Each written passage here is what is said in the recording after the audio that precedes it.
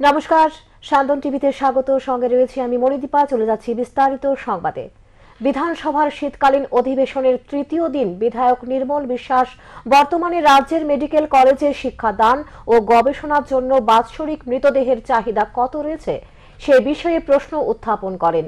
এর পরিপ্রেক্ষিতে মুখ্যমন্ত্রী জানিয়েছেন, বর্তমানে রাজ্যের মেডিকেল কলেজগুলিতে শিক্ষাদান এবং গবেষণার জন্য বাৎসরিক মৃতদেহের চাহিদা 20টি। আগরতলা গভর্নমেন্ট মেডিকেল কলেজে 10টি এবং ত্রিপুরা মেডিকেল কলেজে 10টি মৃতদেহের চাহিদা রয়েছে। পাশাপাশি প্রশ্ন উত্থাপন করেন 2021, 22 এবং 23 সালের আগস্ট মাস পর্যন্ত কতজন মরণোত্তর মৃতদেহ দান করেছে। উত্তরে মুখ্যমন্ত্রী জানান, আগরতলা গভর্নমেন্ট মেডিকেল কলেজে মরণোত্তর দেহ দান করেছে 2021 সালে 3 জন, 2022 সালের 4 জন এবং 2023 সালে 2 জন এবং ত্রিপুরা মেডিকেল কলেজে মরণোত্তর দেহ দান করতে সম্মত হয়েছে 5 জন এবং একটি দেহ জমা হয়েছে 2022 সালে। 2023 সালে দেহ দান করতে সম্মত হয়েছে আর 5 জন। উভয় কলেজে পূর্বের বছর অতিরিক্ত দেহ শিক্ষাদান ও গবেষণার জন্য মজুদ আছে। সোমবার সন্ধ্যায় মহারাজগঞ্জ বাজার সংলগ্ন এলাকায় এক পরিযায়ী শ্রমিকের ছুরি দেখিয়ে 2000 টাকা ছিনিয়ে নেওয়ার ঘটনায় আটক অভিযুক্ত যুবক। মঙ্গলবার অভিযুক্ত যুবককে রাজধানীর শিববাড়িতে বেঁধে রেখে গণধোলাই দিয়ে পুলিশের হাতে তুলে দেওয়া হয়। ঘটনার বিবরণে জানা যায়, অভিযুক্ত যুবক সাগর ঘোষ, তার সঙ্গে লক্কু ও কুডু নামে 2 যুবক সঙ্গে ছিল। তারপর গুল্লাস কুমার নামে পরিযায়ী শ্রমিক অভিযুক্ত যুবককে শনাক্ত করে রাখেন। মঙ্গলবার সকালে অভিযুক্ত সাগর ঘোষকে আটক করে গুলশাল কুমার নামে সেই পরিযায়ী শ্রমিক। তারপর স্থানীয়দের সহযোগিতায় সেন্ট্রাল রোড স্থিত শিববাড়িতে বেঁধে রেখে গণধোলাই দিয়ে পুলিশের হাতে তুলে দেওয়া হয়। অভিযুক্ত সাগরের বাড়ি বনকুমারী এলাকায়।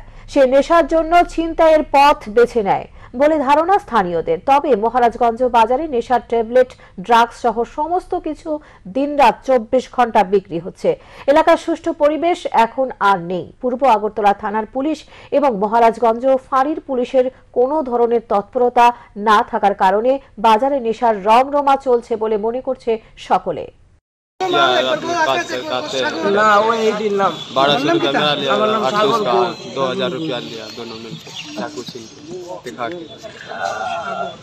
हाथ में दांतों काट लिया साला। चाकू दिखा के 2000 ले लिया। हाँ 2000 रुपया। किसे? आपसे? हाँ आप क्या करते हैं? हाँ जैसे डिलीवरी काम करते हैं, चला मालते हैं। প্রায় 1.5 কোটি টাকার অধিক শুকনো গাঁজা আটক করতে সক্ষম হলো আমবাসা থানার পুলিশ। মঙ্গলবার সকালে 8 নম্বর আসাম আগরতলা জাতীয় সড়কের আমবাসা থানাধীন বেতবাগান এলাকার পুলিশের নাকা পয়েন্টে এই গাঁজাগুলি আটক করে। জানা যায়, এদিন PB13BC9339 নম্বরের রাবাই বোঝাই একটি 14 চাকার লরি আগরতলার দিক থেকে শিলংয়ের উদ্দেশ্যে রওনা হয়েছিল। সকাল 7টা নাগাদ গাড়িটি নাকা পয়েন্টের কাছে আসতেই পুলিশ কর্মীদের গাড়িটি দেখে সন্দেহ হওয়ায় তল্লাশি চালায়। তাতেই রাবারের ভেতর থেকে বেরিয়ে আসে বিপুল পরিমাণ শুকনো গাঁজা। পুলিশ সুপার জানান, উদ্ধারকৃত গাঁজার পরিমাণ 1630 কেজি, যার বাজার মূল্য 1,63,00,000 টাকা। এই অভিযানে গাড়ি চালক গুরদীপ সিংকে আটক করা হয়েছে। পাঞ্জাবের বাসিন্দা এই গাড়ি চালক। ধৃতের বিরুদ্ধে एनडीपीएस ধারা অনুযায়ী মামলা গ্রহণ করে ঘটনা তদন্ত শুরু করা হবে। जब ये ट्रक आया, इसकी चेकिंग हुई तो उसमें अराउंड 1630 केजी गांजा मिला है, जो कि रबड़ में पैक था, रबड़ के भीतर पैक था। ये गाड़ी रबड़ के पैकेट्स लेके जा रहा था, उसके अंदर गांजा था, जिसमें 80 packet 20 KG and 2 packets 15 KG है। इसका बाजार का मूल्य 1,63 लाख है। मैं बताना चाहता हूँ कि 2023 में भी नशा मुक्त अभियान के अंदर धलाई पुलिस ने 36 करोड़ का ड्रग सीज किया था। 2022 में ये 17 करोड़ था एंड 2021 में 3 करोड़ था। तो आप ये देख सकते हैं कि धलाई पुलिस डीजीपी सर के अंदर नशा मुक्त त्रिपुरा अभियान को सफल। পানীয় জলের দাবিতে কদমতলা ধর্মনগর সড়ক অবরোধ করল এলাকাবাসী। মঙ্গলবার সকাল থেকে এই অবরোধ চলে পশ্চিম ইচ্ছাই হাল ছড়া পঞ্চায়েত অফিস সংলগ্ন এলাকায়। জানা যায়, পশ্চিম ইচ্ছাই লালছড়া পঞ্চায়েত 3 নম্বর ওয়ার্ড এলাকার বাসিন্দারা দীর্ঘ বছর যাবৎ জলের সমস্যায় ভুগছিলেন।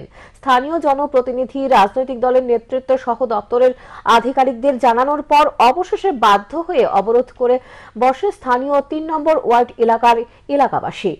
এই পথ অবরোধের খবর পেয়ে উপস্থিত হয়েছেন ডিডব্লিউএস এর জুনিয়র ইঞ্জিনিয়ার ও কদমতলা থানার পুলিশ।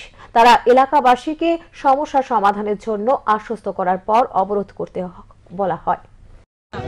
এটা রাস্তাটা কোন রাস্তা? এটা কদমতলা রোড। রাস্তাটা অবরোধ করতে করছেন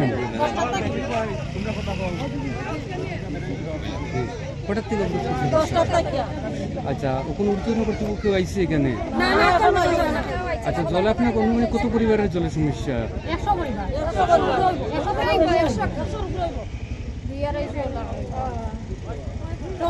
তখন আপনার রাস্তা না আইলে আপনারা কত নম্বর ওয়ার্ডের বাসিন্দা?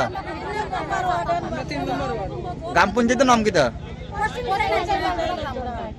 সংবাদ এখনকার মতো এখানে শেষ করছি। পরবর্তী সংবাদ দেখবার জন্য চোখ রাখুন সান্দন টিভির পর্দায়। নমস্কার।